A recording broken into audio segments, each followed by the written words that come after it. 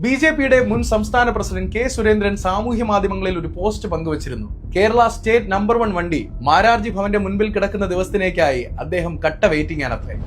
പലരും ഈ പോസ്റ്റ് കണ്ട് ചിരിച്ചു തള്ളി കമന്റ് ബോക്സിൽ വന്ന് അയാളെ പരിഹസിച്ചു. പക്ഷേ ഇതൊരു തമാശയോ സർക്കാസമോ ആയിരുന്നില്ല.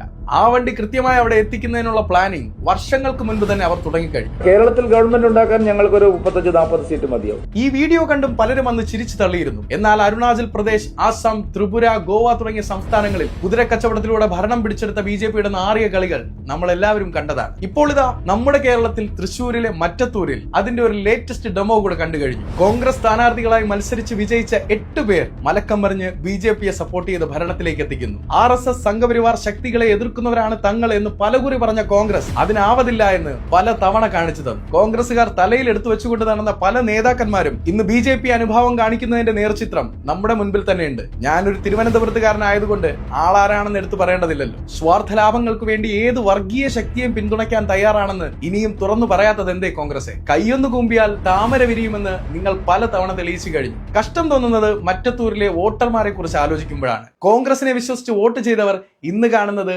അതേ കോൺഗ്രസുകാർ ബി.ജെ.പിയിൽ ചേർന്നവരെ ഭരിക്കാൻ വരുന്നതാണ്. ഇതേ കഷ്ടപ്പാട് കേരളത്തിലെ മുഴുവൻ ജനങ്ങൾക്കും ഉണ്ടാകുമോ എന്ന് നമുക്ക് കാത്തിരുന്ന് കാണാം.